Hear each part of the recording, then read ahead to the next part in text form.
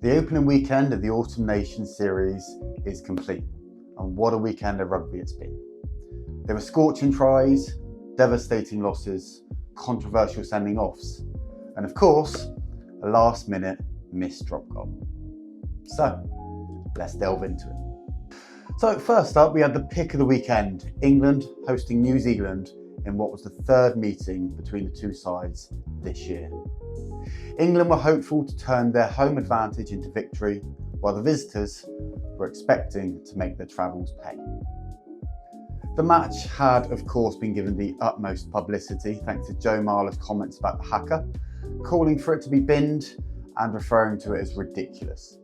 Now, his comments were, of course, rescinded alongside an honest apology afterwards, but the atmosphere it created was nothing short of gladiatorial. So come the moment of the haka, both sides advanced upon each other, amid a chorus of Swing Low Sweet Chariot from the England faithful. The occasion itself had all the markings of a proper test match, right from the first whistle. England showed huge attacking promise through Marcus Smith dictating play and taking the points when on offer. The All Blacks, of course, are never a side to be underestimated. Now, electric tries from Mark Telea and Will Jordan allowed the visitors to take a commanding lead in that first half. Now, England did force their way back into the game thanks to a Marcus Smith interception as he raced down the other end of the field before getting the ball into speedster Emmanuel Feobosu's hands to touch down in front of the flailing arms of Will Jordan. From here, it appeared as though England were going to bring the game home. But this is where things get a little bit interesting. Ben Spencer and Marcus Smith controlling the game terrifically. It only made sense for them to remain on the field and close off the game for England, right? Steve Borthwick had different plans, however, taking both of them off with just 15 minutes remaining. That's right, two of England's best players on the day were removed just as the game came down to crunch time.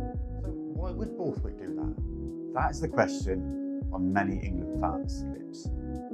Now, George Ford has had plenty of criticism following the match for missing that final drop goal, as that drop goal would have won England the match. However, I believe that is completely undeserved. Ford has proven time and time again that he is a man for big occasions. Now, particularly when he starts the game, he has shown time and time again that he is more than capable of finishing them off. Just look at Argentina during the World Cup. So, in a sense, you can see where Borthwick was coming from, to bring on the experience in George Ford.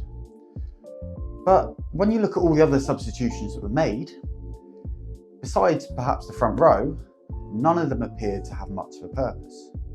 It was almost as if they were pre-planned before the match and not taking into account the events that are unfolding before us. Now, let us know what you think, but my personal opinion is that if Marcus Smith and Ben Spencer are controlling the game in the way that they were, and they don't have any fitness worries, then they should have been trusted to finish it. I mean, could you imagine Johnny Wilkinson or Dan Carter being taken off for those final few minutes? I don't think so. Now, from a New Zealand point of view, it was actually a huge victory for them. Now, having spoken to many Kiwi fans after the match, the majority appeared quite disappointed, feeling that perhaps they should have beaten England by a lot more points, and that England should be a side that shouldn't cause them too many issues or too many worries. But one thing to remember is that this is a new All Black setup. This is a squad rebuilding under a new coach after a devastating World Cup final defeat by South Africa back in 2023. So the positives for New Zealand are that they have won away from home in front of 81,000 England fans, and they have come from behind in doing so. They were 2 scores behind with just 20 minutes to go, yet they turned it around and won by 2 points. Now, a New Zealand team evolved, perhaps they would have beaten by England by 20 points, as some fans have said. But this isn't a New Zealand team evolved. This is a team rebuilding.